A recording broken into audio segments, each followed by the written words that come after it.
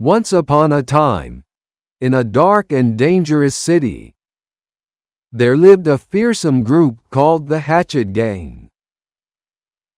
One fateful night, some unlucky people found themselves trapped by the Hatchet Gang in an alley. The poor souls were surrounded on all sides, with no escape in sight. Brother John, the cruel leader, told them no one would come to help.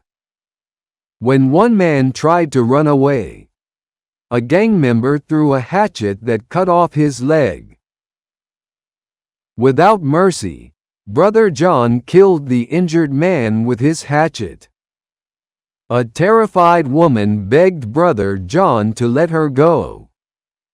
He said he doesn't kill women, but then shot her anyway. In this lawless city, gangs like the Hatchet Gang could do whatever they wanted. Everyone was afraid of the Hatchet Gang most of all.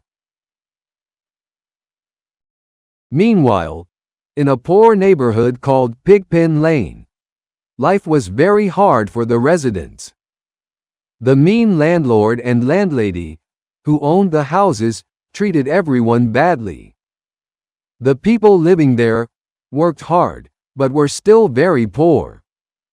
One day, as a tenant was taking a bath, the water suddenly stopped. When he called to complain, the angry landlady came rushing down.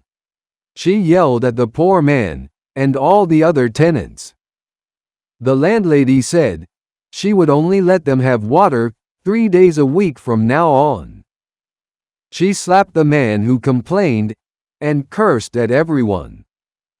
Little did the tenants know, the landlord and landlady were actually retired kung fu masters with amazing powers.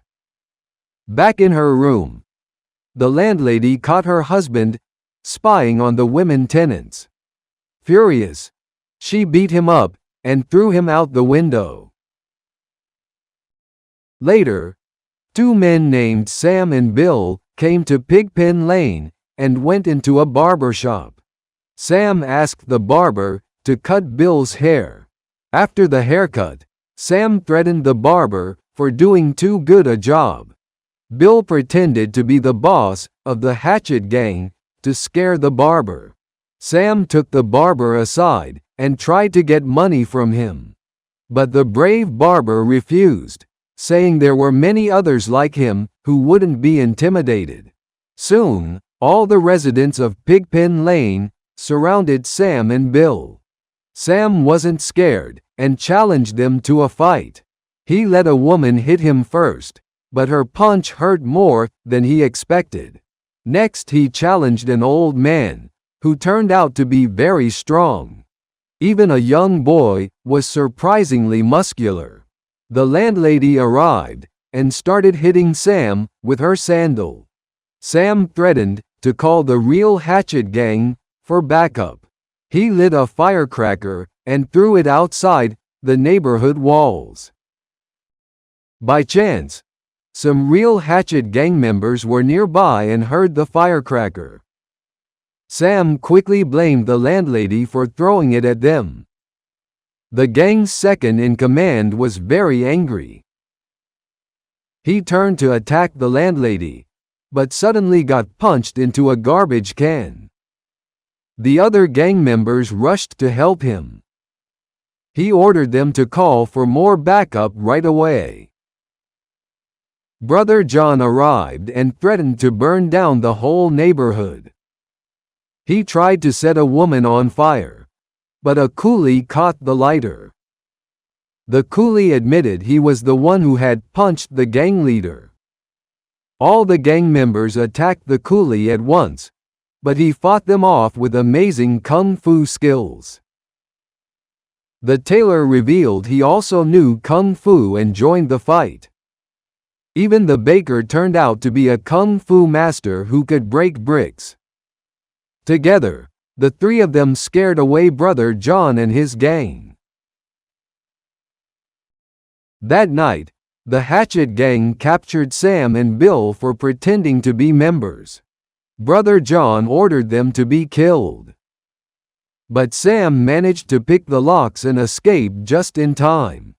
He freed Bill too and saved both their lives. Sam begged Brother John to let them join the real gang. John said Sam would have to kill someone first to prove himself. Later, Sam told Bill he wanted to kill the landlady and tenants of Pigpen Lane. Bill reminded Sam that he didn't even know real kung fu. Sam then shared his sad backstory. As a child, he bought a kung fu book from a street vendor. He spent all his savings on the book instead of studying to be a doctor. Sam practiced the moves every day, hoping to become a great kung fu master. But when he tried to save a girl from bullies, they beat him up badly. The bullies made fun of him and even spit on him. This painful memory is why Sam wanted to become a killer.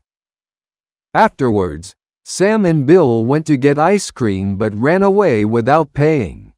The ice cream girl, Faye, chased after them but they escaped on a tram. The next day, the landlady scolded the three kung fu masters for causing trouble. All the tenants started arguing and yelling at the landlady. She screamed so loudly that glass shattered, and everyone jumped. Sam and Bill arrived, hoping to kill the landlady. Sam tried to throw a knife at her, but accidentally stabbed himself instead. Bill's attempt to throw a knife also failed miserably. When they tried to run away, the landlady noticed them. Bill opened a box of snakes to scare her, but the snakes bit Sam instead. The landlady chased them through the streets.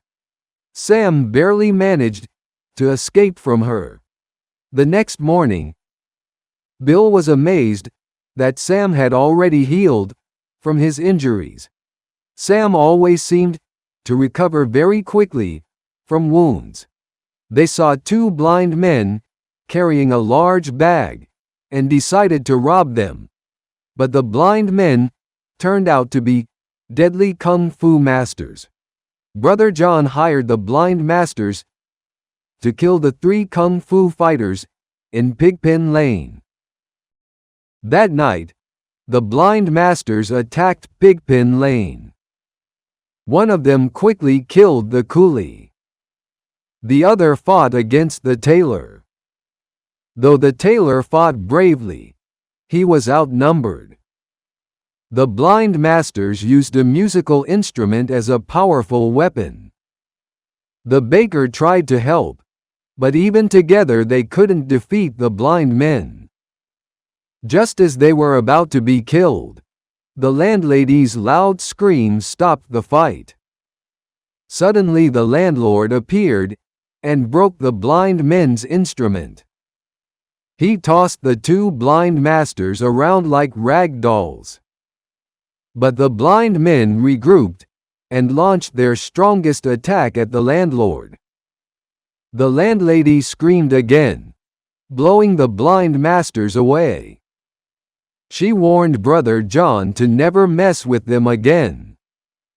The neighborhood mourned the deaths of the coolie and tailor. The baker thanked the landlords for letting him witness their power before he died. The couple decided to give up kung fu, since it had caused their son's death long ago. The next day, Sam and Bill saw Faye the ice cream girl again. Sam threatened her for money. As they were leaving, Faye showed Sam a lollipop. She was mute, but signaled that she recognized Sam from childhood. Sam realized she was the girl he had tried to save from bullies years ago. Feeling ashamed, Sam ran away from Faye and Bill. He gave Bill all their stolen money and told him to go back to their village. Just then, Hatchet gang members captured Sam. Brother John gave Sam one last chance to join the gang. Sam was taken to a mental asylum to free a dangerous prisoner. Despite many warning signs, Sam picked the lock on the iron door. Inside was an ordinary-looking middle-aged man called Mr. Wolf. Mr. Wolf was brought to the gang's hideout. No one believed he was actually a great killer. To prove himself, Mr. Wolf caught a bullet between his fingers. Amazed, the Hatchet gang bowed to Mr. Wolf. Mr. Wolf kicked down a wall to reveal the landlord and landlady waiting to fight. An epic kung fu battle began between them. Mr. Wolf was incredibly strong and fast. Even the landlady's powerful scream couldn't stop him. As a last resort, the landlady screamed through a giant bell. The magnified scream finally knocked Mr. Wolf back.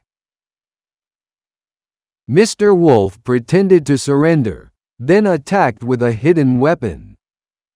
He stabbed the landlords and trapped them in a hold.